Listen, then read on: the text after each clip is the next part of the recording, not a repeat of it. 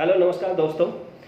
Job करने वालों के लिए एक लॉ का रूल। एक्चुअली हमारे चैनल का नाम है वी शुड नो इट। एक कमेंट आया था कि sir we should know it मत कीजिए, सर्च नहीं होता। वी शुड नो इट ये सोच के रखा था कि कुछ ऐसी चीज़ें जो हमें पता नहीं होती लेकिन हमें पता होनी चाहिए।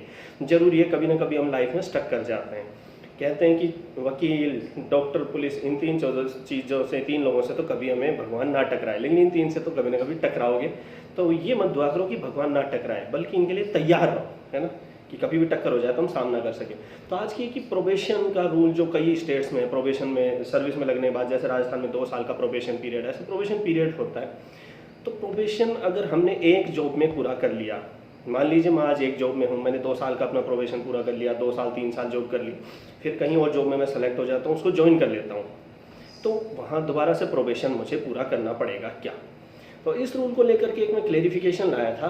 ये हमारे गवर्नमेंट ऑफ राजस्थान का फाइनेंस डिपार्टमेंट का एक नोटिफिकेशन है, जिसको मैं अभी नीचे डाल दूंगा डिस्क्रिप्शन में। और ये लेटेस्ट है बिल्कुल फाइनेंस डिपार्टमेंट का रूल। ये कहता है कि अगर आपने एक बार अपना प्रोबेशन पूरा कर लिया है तो आपको मिलेगी पे प्रोटेक्शन। अच्छा, किस किस में मिलेगी? क्या सिर्फ प्रॉपर यानी पूरी तरह से स्टेट गवर्नमेंट एम्प्लॉय होने को मिलेगी, या बोर्ड, निगम जैसे बिजली विभाग है, इन सबको भी मिलेगी? तो ये भी मैं आपको बताता हूँ। तो पे प्रोटेक्शन क्या कहता है? मान लीजिए मैं अभी लेवल 10 हूँ, JLO 3600 ग्रेड पे है, 33,800 बेसिक है।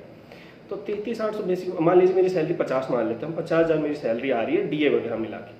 अब मैं कल को APO बन जाता हूँ और APO को प्रोबेशन में मिलते हैं 27,700 फिक्स 2 साल के लिए। यहाँ मैं 50 उठा रहा हूँ, वहाँ 27 उठाऊंगा, तो एक नुकसान होता है 23,000 का। तो इसके लिए गवर्नमेंट ने कहा है कि आपकी पे प्रोटेक्शन होगी। आप चाहें तो जिस जॉब पे आप सेलेक्ट हुए उसकी प्रोबेशन वाली सैलरी ले लें, या पिछली जिस जॉब में थे उसकी फुल सैलरी ले लें। यानी ये नहीं है कि यहाँ प्रोबेशन पूरा कर लिया तो वहाँ भी प्रोबेशन पूरा मान लिया जाएगा, ये नहीं है। रहोगे आप प्रोबेशन में ही, उसकी प्रोबेशन की सैलरी उठा सकते हो, लेकिन आप चाहो तो जो पिछली जो छोड़ के आए उसकी फुल चालू रख सकते हो, पिछली की, इसकी नहीं, है ना। तो पिछली में जो अगर मेरे 50 मिल जाएंगे, लेकिन पिछली में मैं मान लो LDC वगैरह से गया हूँ, LDC की सैलरी वही 25 के लगभग होती है, तो कोई प्लस पॉइंट नहीं रहता। तो ये है, JLO से जाऊँगा तो मुझे प्लस पॉइंट मिल जाएगा। आप हायर, अच्छा लोअर पे जाते हो ना आगे, तो भी आप पिछली सैलरी 2 साल तक उठा सकते हो। जैसे मैं JLO से LDC वगैरह में चला जाता हूँ, पटवारी ग्राम सेवक जो 2800 ग्रेड है, तो भी मैं यहाँ वाली सैलरी उठा सकता हूँ, है ना। तो 2 साल के लिए आप चाहें जिस सैलरी की, जिस भी जॉब की सैलरी उठाएं, अगली की प्रोबेशन वाली और पुरानी की फुल।